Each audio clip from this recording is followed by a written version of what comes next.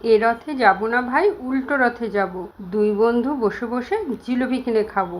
এরকম প্রবাদ ছোটবেলা থেকে অনেক শুনেছি। সেই জিলাপি একদম মিষ্টির দোকানের স্বাদে তোমরা বাড়িতেই করে নিতে পারবে 2-3 দিন হাতে সময় নিয়ে। আগে কিন্তু জিলিপিতে কোনো রকম ফুড কালার দিত না, ওই জন্য আমি ফুড কালার না দিয়েই জিলিপিটা করেছি। প্রসেসটা তোমাদের সাথে শেয়ার করব। জয় জগন্নাথ, সবাই কেমন আছেন?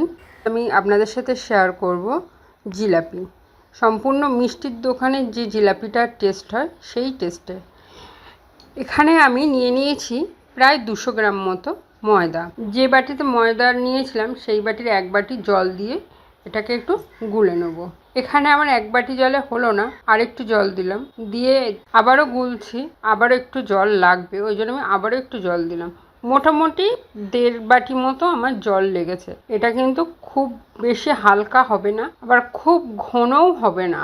এইভাবে একটা টিফিন কৌটোয় আমি ঢেলে নিয়ে নেবো। টিফিন কৌটোর মুখটা আটকে দেবো যেন কোনো রকম হাওয়া বাতাসের মধ্যে না ঢোকে। এইভাবে আমি 3 দিন রেখে দেবো, কারণ এটা যত পচবে তত কিন্তু জিলাপি ভালো হবে। এটাকে বলা হয় খামি। আজ 3 দিন হয়ে গেছে। এখানে একটা ছোট হাঁড়ি নিয়েছি, নিয়ে তার মধ্যে নিয়ে নিলাম আমি প্রায় 1.5 বাটি চিনি। 1.5 বাটি চিনিতে কিন্তু আমি 1.5 বাটি জলই দিলাম, কারণ এটা ফুটে প্রায় 1 বাটি রস হবে। এবার আমি এইটাকে জাল দেব। এখানে ভালো মতো ফুটে উঠেছে। এবার ততক্ষণই ফোটাবো যতক্ষণ না একটা আঠালো ভাব এই রস থেকে তৈরি হচ্ছে। এখানে কিন্তু রসটা হয়ে গেছে, দেখুন একটু চিটচিট করছে। এটা কিন্তু বেশি চিটচিট করবে না বা সুতোও কাটবে না, সেরম অবস্থায় এই রসটাকে আমি ঠান্ডা করে নেবো। একেবারেও ঠান্ডা করব না, উষ্ণ থাকতেই আমি জিলাপিগুলো এর মধ্যে দিয়ে দেবো। এবার টিফিন কৌটোর মুখটা খুলে দেখে নেবো কতদূর খামিটা পচেছে। এটা খুললেই কিন্তু ভীষণ বাজে একটা গন্ধ বেরোয়। এবার একটা বড় পাত্র নিয়ে নিয়েছি, খামিটা এবার ওর মধ্যে ঢেলে নেব, তাহলে আমার সুবিধা হবে ময়দাটা ফেটাতে। যেহেতু প্রায় 200 গ্রাম মতো ময়দা আমি ভিজিয়েছিলাম, এই জন্য এখানে দিয়ে দিলাম 3 চামচ ময়দা আর 2 চামচ অ্যারারুট দিয়ে হাত দিয়ে এটাকে আমি ভালো মতো মিক্সড করে নিয়ে ফেটাতে থাকবো। ব্যাটারটা এখানে একটু হালকা হয়ে গেছে, ওই জন্য আমি এখানে নিয়ে নিলাম আবারও 1 চামচ ময়দা আর 1/2 চামচ মতো অ্যারারুট দিয়ে এবার ভালো করে ফেটাবো। এটা কিন্তু ফেটাতে হয় ভীষণ ভালোভাবে, ফেটানো যত ভালো হয় তত জিলাপিটাও ভালো হয়। ব্যাটারটা তৈরি হয়ে গেছে। এখানে আমি নিয়ে নিয়েছি একটা বোতল আর নিয়ে নিয়েছি একটা কাপা ব্যাটারটা ঢালার জন্য।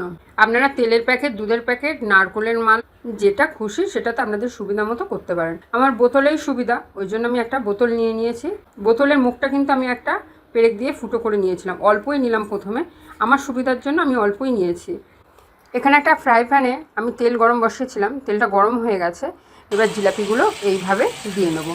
সে 2.5 প্যাচ হোক, 1.5 প্যাচ হোক, 3 প্যাচ হোক, পেঁয়াজ দিলেই হলো। কারণ দোকানেও দেখবেন কোনোটা 1.5 প্যাচ, কোনোটা 2.5 প্যাচ, কোনোটা 2 প্যাচ, ও যে যত প্যাঁচ করতে পারে আর কি। এবার যে যেরকমভাবে জিলাপিটা খাবেন, কেউ একটু ডিপ ফ্রাই জিলাপি ভালো খায়, কেউ একটু হালকা ভাজা জিলাপিটা ভালো খায়, সেইভাবে নামিয়ে নেবেন। এখানে কিন্তু আমি এই অবস্থাতে নামিয়ে নিলাম। আর এখন কিন্তু রসটা একটু উষ্ণ গরম আছে, রসটা কিন্তু একেবারে গরম হলেও হবে না, একদম ঠান্ডা হয়ে গেলেও হবে না। রসে দিয়েই একটা চামচ দিয়ে আমি চেপে চেপে ধরবো। জিলাপির কিন্তু এই একটা জিনিস, রসে দেওয়ার সাথেই আপনাকে ওটা জিলাপির সাথে রসটাকে চেপে ধরতে হবে, তাহলে জিলাপির মধ্যে রসটা ঢুকবে। এবার জিলাপিগুলো আমি তুলে নেব। এইভাবে আমি একে একে জিলাপিগুলো সব ভেজে নেব।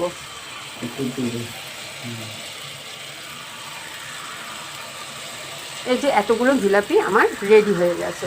সব জিলাপি এখনও ভাজেনি, এতগুলো জিলাপি ভাজা হয়ে গেছে।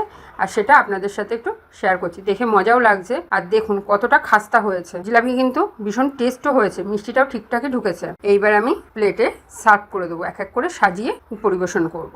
দেখেছেন কত সুন্দর লাগছে দেখতে, খেতেও কিন্তু দারুণ টেস্ট হবে। বাড়িতে অবশ্যই বানাবেন। আর এখানে দেখুন প্যাঁচের কিন্তু কোনো ঠিক ঠিকানা নেই, কোনোটা 2 প্যাচ, কোনোটা 2.5 প্যাচ, কোনোটা 3 প্যাচ। এখানে আমি কোনো কালার দিইনি বলেই আগে যেরকম ছোটবেলায় আমরা জিলাপি খেতাম সেই কালারটাই এসেছে। আমার রেসিপিটা আপনাদের কেমন লাগলো কমেন্ট বক্সে অবশ্যই জানাবেন। তাহলে আজ এই পর্যন্তই থাক, আবার দেখা হবে নতুন কোনো এক রেসিপি নিয়ে নতুন কোনো এক দিনে। আর এরকম রান্না দেখার জন্য আমার পেজটাকে লাইক করে রেখে দেবেন।